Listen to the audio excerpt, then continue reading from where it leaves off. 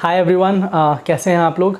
आज का वीडियो एक काफ़ी ही इंटरेस्टिंग टॉपिक के ऊपर है and I am gonna talk about one of the financial tool जो कि काफ़ी ही पॉपुलर है एंड इनफैक्ट पर्सनली ये मेरा सबसे फेवरेट फाइनेंशियल टूल है। It's called mutual funds. I am sure आप लोगों ने नाम सुना ही होगा इसके बारे में। So I am just gonna tell you इसके बारे में अलबिट कि ये क्या होता है, कैसे काम करता है एंड कुछ जो इसके अराउंड एक मिथ है या एक कुछ क्वेश्चंस हैं जो जनरली लोगों के दिमाग में होते हैं, उनको मैं आंसर करने की कोशिश करूँगा।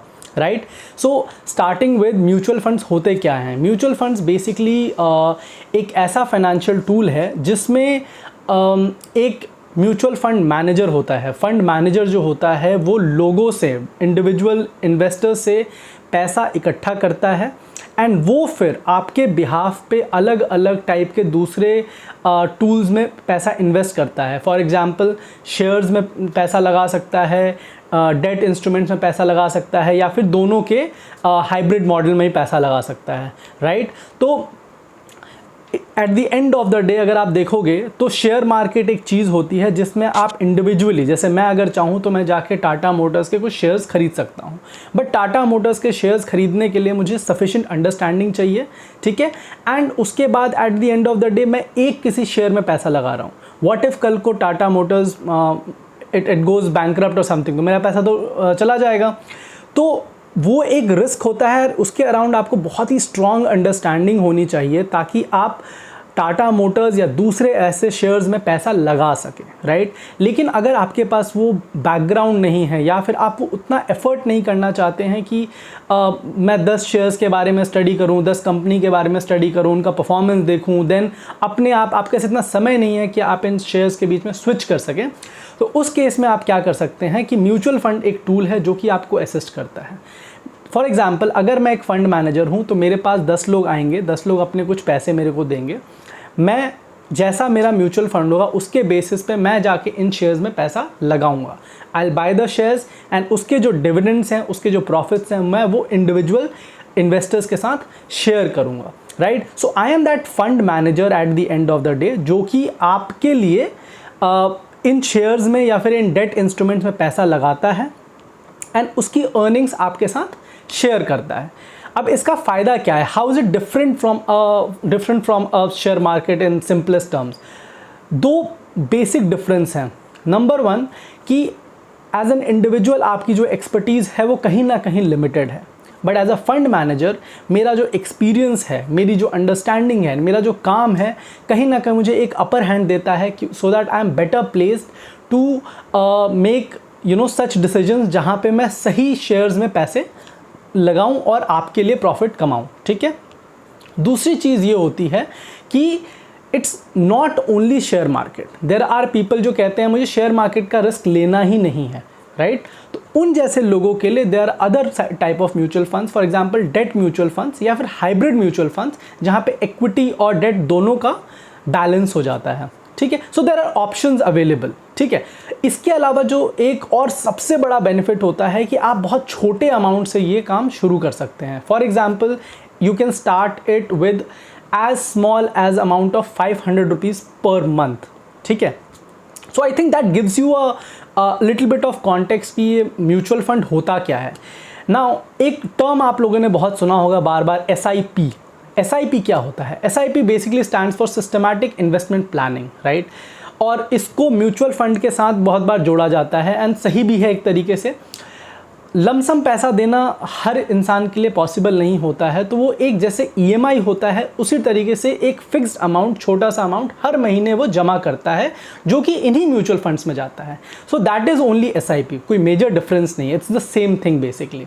राइट, इसके अलावा अगर मैं कहूँ कि कितने टाइप के म्यूचुअल फंड्स होते हैं ना, म्यूचुअल फंड्स की बहुत वैरायटी हो सकती है। ठीक है, देयर, जैसा मैंने आपको बताया कि there is equity mutual funds, there are debt, there are hybrid, there are solution oriented mutual funds and then there is other category. ठीक है, तो आपके पास ऑप्शंस होते हैं एज एन इंडिविजुअल इन्वेस्टर्स कि आपकी ज़रूरतें क्या हैं। राइट, तो आप अपने पोर्टफोलियो में 5 कैटेगरी के म्यूचुअल फंड्स में पैसा इन्वेस्ट कर सकते हैं। अलग अलग कंपनीज़ के हो सकते हैं, अलग अलग फंड मैनेजर्स होंगे, so you have lot of options to choose from. ठीक है, अब इन सारी बातों को समझने के बाद कुछ बेसिक क्वेश्चंस लोगों के दिमाग में होते हैं या कुछ बेसिक मिथ है जो म्यूचुअल फंड के अराउंड घूमता है कि इट इज़ रिस्की, राइट।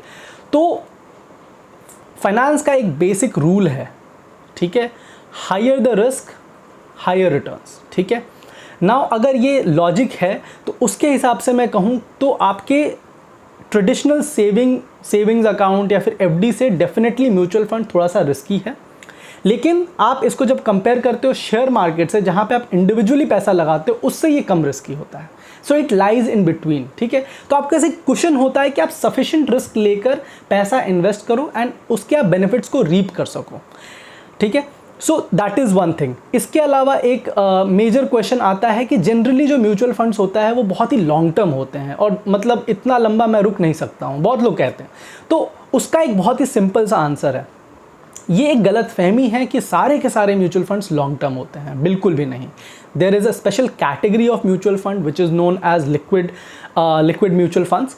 वो आपको एज लो एज 7 डेज़ तक का आपको इन्वेस्टमेंट अपॉर्चुनिटी दे सकते हैं, ठीक है, कि आप 7 डेज़ के लिए पैसा इन्वेस्ट कीजिए and then you take out, जो भी आपको पैसा मिलेगा दैट्स योर प्रॉफिट्स, ठीक है। अब वो अलग कैटेगरी, तो आपको वो ऑप्शन भी अवेलेबल है। अब उसमें जो रिटर्न्स होंगे जनरली एक लॉन्ग टर्म वाले म्यूचुअल फंड से डेफिनेटली कम होंगे, but still they are greater than what a savings account will give to you. Savings account में आपको 3.5% 4% मिलेगा। एक लिक्विड म्यूचुअल फंड आपको लगभग 5.5 6 7% तक रिटर्न दे सकता है, ठीक है। ये एक बहुत ही जनरल क्वेश्चन आता है लोगों के कि बहुत सिर्फ ये लॉन्ग टर्म होता है, ऐसा बिल्कुल भी नहीं है। नेक्स्ट क्वेश्चन आता है कि टैक्स बेनिफिट नहीं मिल पाता है म्यूचुअल फंड में इन्वेस्टमेंट करने के बाद। अगेन ये भी एक मिथ है। अगेन म्यूचुअल फंड में एक स्पेशल कैटेगरी होती है which is known as ELSS, equity linked saving scheme, ठीक है। ये एक special category of mutual fund होता है जिसमें अगर आप पैसा इन्वेस्ट करते हैं तो वो आपके ATC में आप उन पैसे को इन्वेस्टमेंट को दिखाकर आप उसका टैक्स बेनिफिट ले सकते हैं आराम से, राइट। तो इसका डिफरेंस क्या है than a traditional mutual fund? सिर्फ एक ही मेजर डिफरेंस होता है कि इसमें लॉक इन पीरियड होता है 3 साल का। मतलब आज अगर मैंने एक ELSS म्यूचुअल फंड में पैसा डाला तो वो पैसा मैं 3 साल तक निकाल नहीं सकता। अगर मैं निकालना चाहूँगा तो भी नहीं निकाल सकता। That is the only element of this. तो मेरे ख्याल से it is still better than lot of other instruments like ULIP insurance plans या फिर आपका फिक्स डिपॉजिट जो कि 5 साल 7 साल 10 साल जैसे पीरियड्स के लिए होती है। ये तो रिलेटिवली फिर भी 3 साल के लिए है। सो there are a lot of options in the mutual fund category as a financial tool. Think about it. If you have any questions, please reach out to me. I can guide you. I can help you with any queries that you have, and I'm here for you guys. All right. Hope you enjoyed the video. Share and like it if you think it's worthy. Thanks a lot.